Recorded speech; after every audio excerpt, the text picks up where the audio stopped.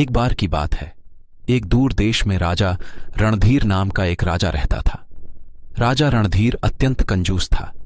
उसके पास अपार धन दौलत थी, परंतु वह एक साधारण जीवन व्यतीत करता था।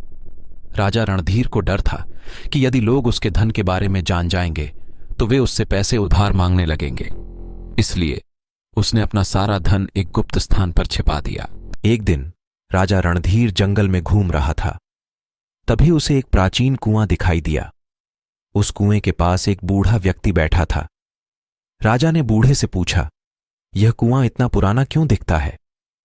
बूढ़े व्यक्ति ने कहा, यह कुआं जादुई है।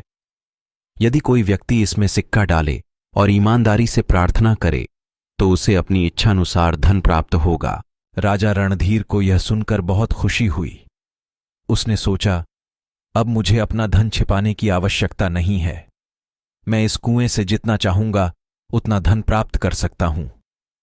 राजा रणधीर ने अपनी जेब से एक सिक्का निकाला और उसे कुएं में डाल दिया।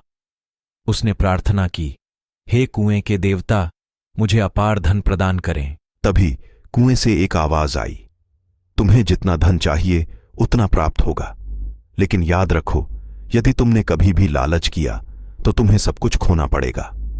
राजा रणधीर ने आवाज को अनदेखा कर दिया और घर लौट आया। अगले दिन वह कुएं पर गया और देखा कि कुआं सोने के सिक्कों से भरा हुआ है। राजा रणधीर बहुत खुश हुआ। उसने सारे सिक्के अपने महल में ले जाकर रख दिए। कुछ दिनों बाद राजा रणधीर और भी अधिक धनवान बनने का लालची हो गया। उसने सोचा, यदि मैं कुएं में और अधिक सिक्के डालूं तो मुझे और भी अधिक धन प्राप्त होगा। राजा रणधीर ने अपनी सारी संपत्ति बेच दी और सारे पैसे सोने के सिक्कों में बदल लिए। फिर वह कुएं पर गया और सारे सिक्के कुएं में डाल दिए, लेकिन इस बार कुछ भी नहीं हुआ।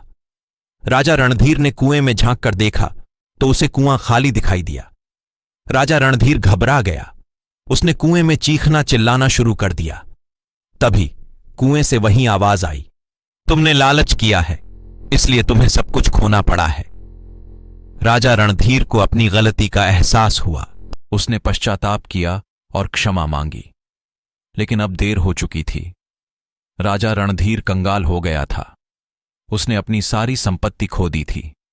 इस घटना से राजा रणधीर को एक महत्वपूर्ण सबक मिला।